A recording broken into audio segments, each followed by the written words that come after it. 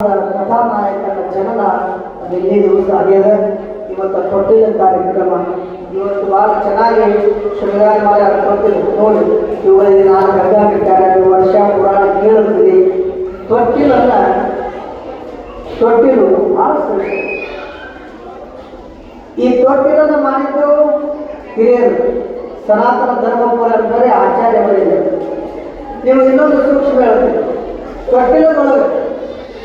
ತೊಟ್ಟಿಲದೊಳಗೆ ಹೆಣ್ಣು ಮಗುವಾಗಲಿ ಗಂಡು ಮಗುವಾಗಲಿ ಮಾನವ ರೋಗಗಳು ಹುಟ್ಟಿರುವಂಥ ಮಕ್ಕಳನ್ನ ತೊಟ್ಟಿಲೊಳಗೆ ಹಾಕಿ ಹೌದ್ರಿ. ಯಾರಾದ್ರೂ ಮನ್ಯಾಗ ಇಲ್ರಿ ನಮ್ಮ ಮನ್ಯಾಗ ಒಂದು ಆಕಳ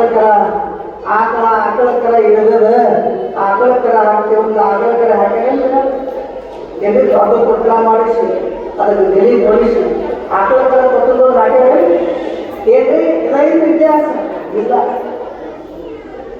ಇಲ್ರಿ ನಮ್ಮ ಮನೆ ಒಳಗೆ ಒಂದು ಎಮ್ಮೆ ಕರ ಇದ್ದಂಗ ಭಾಳ ತಗೊಂಡು ದಿನ 10 ಲೀಟರ್ ಹಾಲು ಕೊಡ್ತದ, ಅದನ್ನ ತೊಟ್ಟಲೊಳಗೆ ಹಾಕಿ ಒಂದು ಹಾಕ್ಯಾರ. ಯಾವ ಅನ್ಯ ಪ್ರಾಣಿ ಕ್ರಿಮಿಕೀಟಗಳನ್ನು ತೊಟ್ಟಿಲೊಳಗೆ ಹಾಕಕ್ಕೆ ಬರುವುದಿಲ್ಲ. ಯಾಕಂದ್ರೆ ಈ ಮಾನವ ಬಹಳ ಶ್ರೇಷ್ಠ.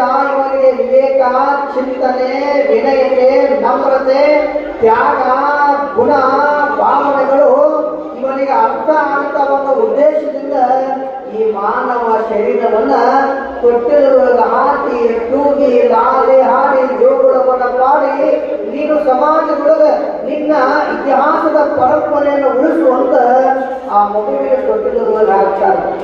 ಹಾಗಾಗಿ ಇವತ್ತಿನ ದಿವಸ ತೊಟ್ಟಿಲ ಕಾರ್ಯಕ್ರಮ ನಾವು ನೀವುಗಳೆಲ್ಲ ಆ ನಾಮಕರಣವನ್ನು ಮಾಡುವುದರ ಮೂಲಕ ಸಿದ್ಧಲಿಂಗ ಎಂಬ ನಾಮಕರಣ ಅಂದು ಬಗಾರ ನಾಯಕನ ಹಳ್ಳಿ ಒಳಗಾದರು.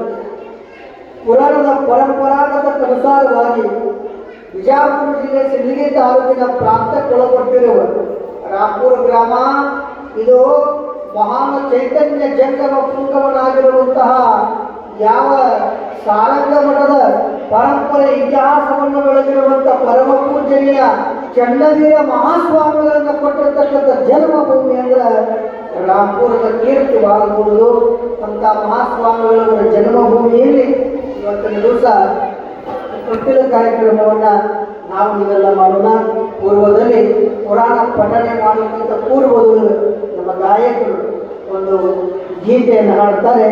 ಆ ಗೀತೆಯ ನಂತರ ಪುರಾಣದ ಪಠನೆಯ ನಂತರ ಮುಂದಿನ ನಾಮಕರಣದ ವಿಚಾರಕ್ಕೆ ನಾವು ನೀವೆಲ್ಲ ಬರೋಣ.